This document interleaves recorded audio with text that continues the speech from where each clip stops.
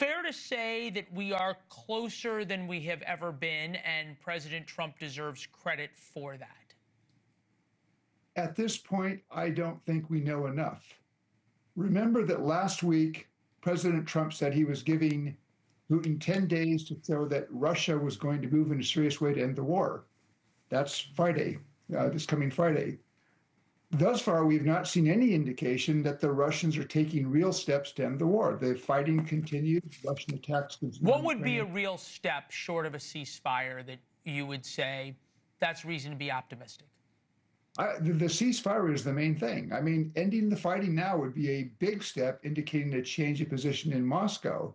But what I worry about here is that this is a potential big victory for Putin. One, if he gets a meeting with Trump, that breaks the boycott that Western leaders have imposed now for more than 3 years on not meeting with Putin. But second, Putin masters the details. And I would worry that if Putin, who wants to negotiate this settlement, not with Zelenskyy, the Ukrainian president, he wants to negotiate it with Trump.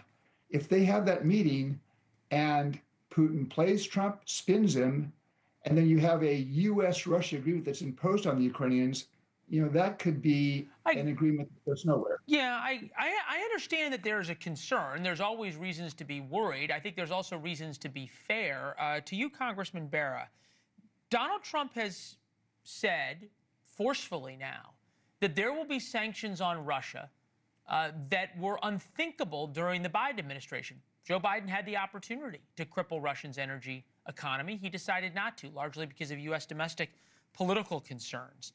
The fact that Trump is willing to threaten that, and at least at some point, the fact that Putin appears, even by the Ukrainians' estimation, more willing to engage in a serious ceasefire talks, I can't figure out why it's so hard to give Trump credit for that.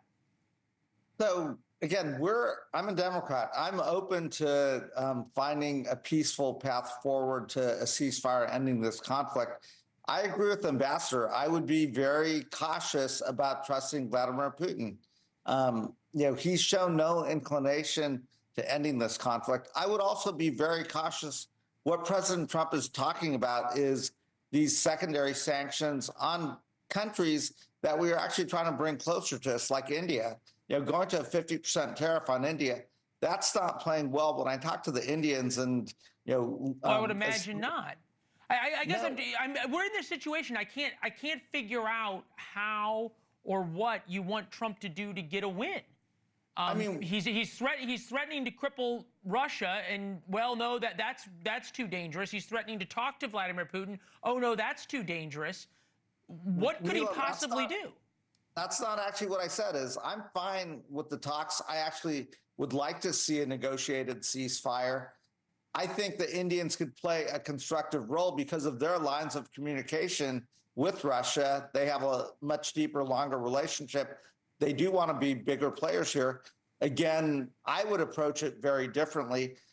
I'm fine with trying to figure out a path forward. I just don't trust Vladimir Putin. Thus far, I think, you know, I don't think anybody should. Yeah, well, I don't think President Trump should either. Well, at least recently, it doesn't seem like he does, and that last soundbite I thought was pretty clear-eyed. And as I pointed out to Robert, we've been here before. The Russians have agreed to other ceasefires and then broken them. So there is that. Ambassador, this from Zelenskyy. Russia now seems to be more inclined toward a ceasefire. The pressure is working. But the key is to ensure they don't deceive anyone in the details, sort of what you said. Neither of us, nor the United States, Ukraine will definitely defend its independence. We all need a lasting and reliable peace. Russia must end the war that itself started. Again, the Ukrainians say Russia now seems to be more inclined toward a ceasefire. Do you disagree with Zelenskyy's assessment? He's closer to this than I am. I hope he's right. But again, I'm not sure, you know, the secondary sanctions, I think both the Indian government has said it will continue to buy Russian oil despite the sanctions. And as far as I know, the White House does not plan any secondary sanctions on China, which buys much more energy for Russia and is, in fact, Russia's largest trade partner. What if India and China continue to say, we're going to keep buying Russian oil? How do those sanctions impact Russia? Thank you for watching. Subscribe below and download our NewsNation app right now on your phone, and you will get fact-based, unbiased news for all Americans.